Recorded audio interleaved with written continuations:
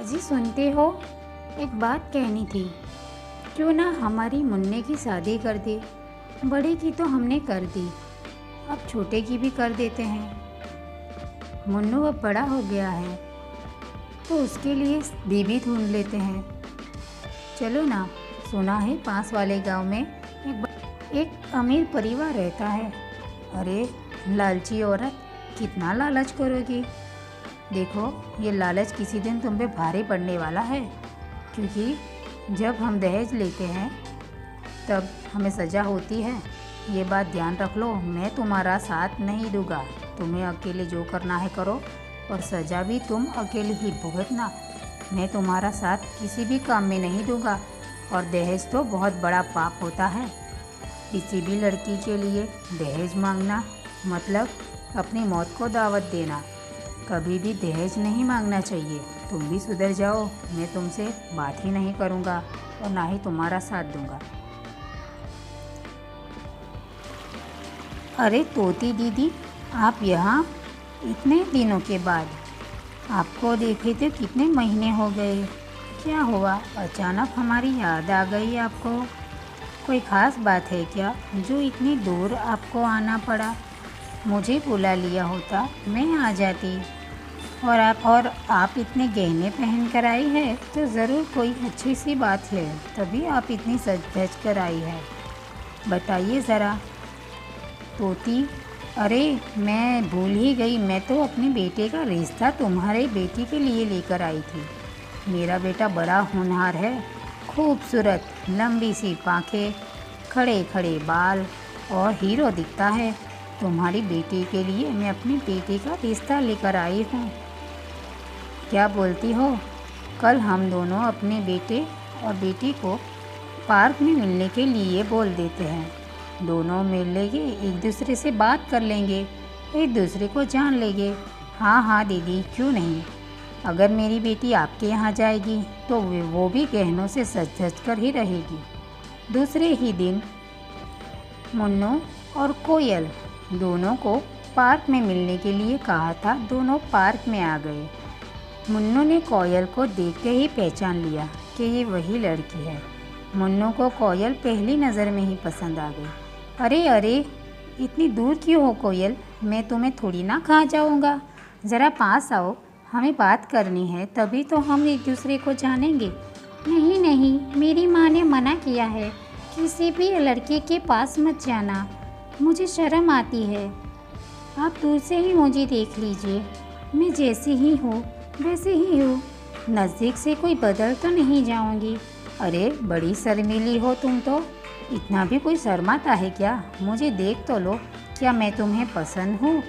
हाँ हाँ, आप हीरो जैसे लगते हो, मुझे पसंद हो। ठीक है, मैं ये बात अपनी माँ को बताता हूँ। तोती को पता चलते ही दोनों की शादी तय हो जाती है। और आज कोयल की मेहंदी थी। कोयल अपनी सहेली पिंकी से मेहंदी लगवा रही थी। अरे पिंकी, देख, मेरा पति तो हीरो जैसा दिखता है, तो भी मुझे अपनी पार्लर से हीरोइन बना दे। मुझे तो अपने पति से बहुत प्यार है। इतना स्मार्ट, उसके बाल बिल्कुल खड़े खड़े और बहुत ही हीरो और हैंडसम दिखता है। हाँ हाँ, लगा दूंगी। अरे मेहंदी का कलर बहुत आना चाहिए। मेरी माँ ने कहा है, जितनी मेहंदी का कलर गहरा होगा तुम्हारा प्यार उतना ही बढ़ेगा। तुम अच्छी सी मेहंदी लगाओ। चलो घर में भी चलते हैं। हाँ हाँ चलो। मेहंदी लगा ली। शादी होते ही दोनों दूर जंगल हनीमून के लिए चले गए। कोयल कहती है, देखिए, आप तो मुझे पहली नज़र में ही पसंद आ गए थे। आप जितने सुंदर हो उतने ही आपका दिल भी अच्छा है। आपने मुझे इतने दूर हनीमून के लिए लाया, आपका बहुत धन्यवाद। हाय दैया, मुझे तो शर्म आ रही है। अरे उसमें शर्माना क्या, मैं तुम्हारा पति हूँ, मुझसे तुम खुल के बातें कर सकती हो। नहीं नहीं, फिर भी मुझे शर्म आ रही है। कोयल, एक बात कहूँ, आज तुम बहुत सुंदर लग रही हो, गहनों के साथ तो तुम बहुत जच रही हो। कुछ ही दिनों के बाद हनीमून से दोनों घर आ जाते हैं। सासू माँ एक रात कोयल को पास बुलाकर कहती है, मैंने तुम्हें गहने लाने को कहा था, तुम लेके आई हो। तो ये सारे गहने उतार कर मुझे दे दो, मैं ठीक से अलमारी में रख दूँगी। क्या है ना, ये जंगल है, बहुत चोर और चक्के घूमते रहते हैं, कहीं चोरी वोरी हो गया तो तुम्हारी माँ तो मुझे ही कहेगी कि सास ने चुराए हैं। नहीं नहीं सासू माँ, ऐसा कुछ भी नहीं होगा, मैं अपनी माँ को अच्छे से जानती हूँ, और हाँ, ये गहनों का ख्याल मैं खुद रख सकती हूँ, आपको इतना कष्ट करने की ज़रूरत नहीं है, मैं अपने गहनों का ख्याल खुद रख लूँगी। इसमें क्या इतनी कौन सी बड़ी बात है, मैं खुद अपने ध्यान रख सकती हूँ और अपने गहनों का भी। सास को ये सुनकर बहुत गुस्सा आता है। ये बात वो अपनी माँ गौरी को बताती है। माँ, सासू माँ ने मेरे सारे गहने मांगे हैं और बोला है कि वो मैं गहने उसको दे दूँ और वो उसको संभाल कर रखेंगी। गौरी, हाँ बेटा दे दो, वैसे भी तुम्हें ये गहने रोज़ थोड़ी पहनने हैं। नहीं माँ, मैं अपना ख्याल खुद रख सकती हूँ, तो अपने गहनों का ख्याल भी खुद रखूँगी। मैं अपने गहने किसी को भी नहीं दूँगी। मेरे पापा ने इतने प्यार से और मेहनत से मुझे गहने दिए हैं, भला मैं क्यों किसको दूँ। ठीक है बेटा, तेरी मर्जी, पर हाँ संभल कर रहना। सासू माँ, मैंने आपकी पसंद का आज सारा खाना बनाया है। छोले की सब्जी, चावल, दाल और रोटी आपको पसंद है ना सासू माँ?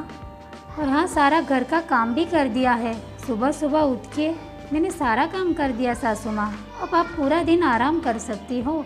अब तो आप मुझसे खुश हो ना सासू माँ? हाँ कलमोही, तूने रानी की तरह तो काम ही नहीं किया।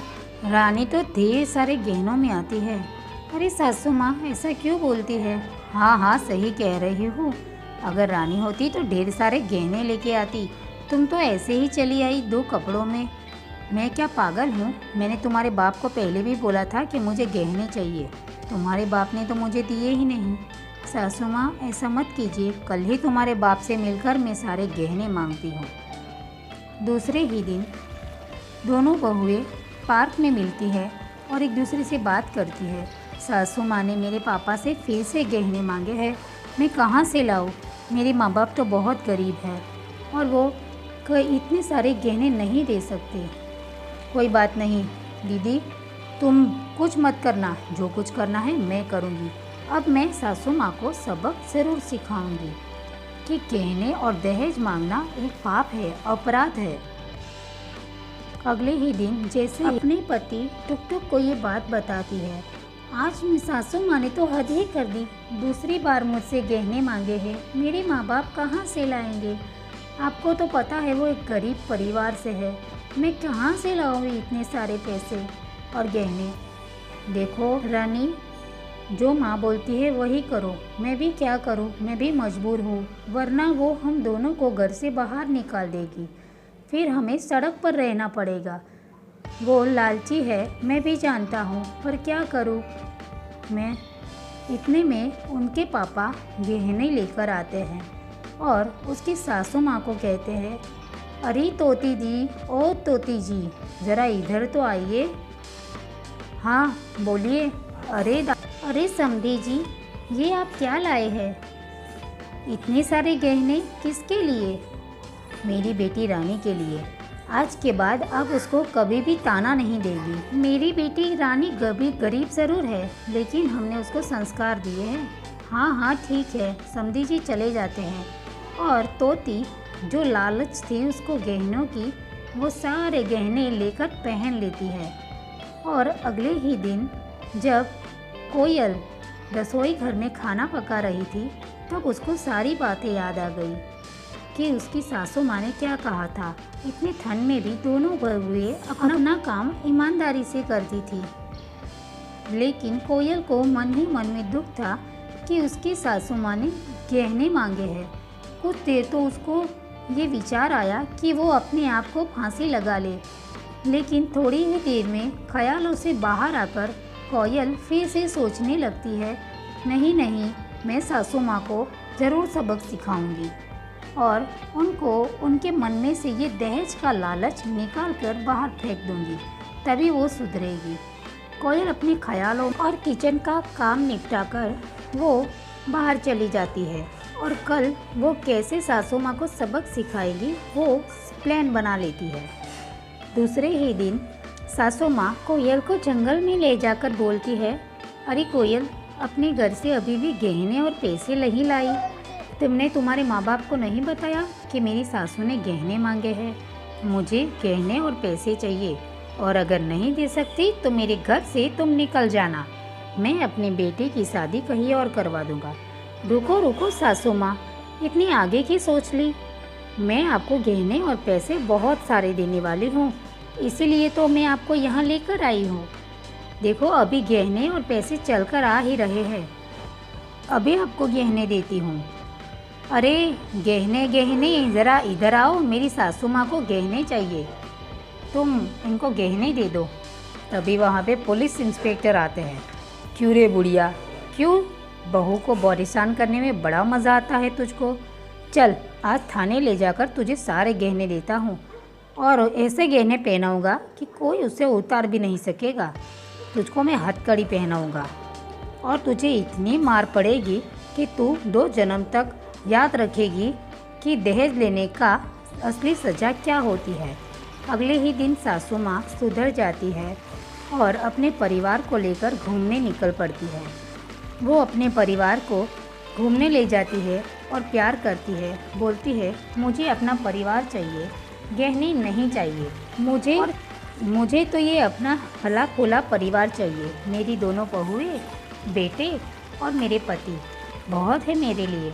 हाँ हाँ, अब तुझे अक्ल आई, अब तू गहने नहीं मांगेगी। अच्छा बहू, तूने अच्छा किया जो उसको सबक सिखाया, वरना ये पूरी ज़िंदगी तुमसे गहने ही मांगती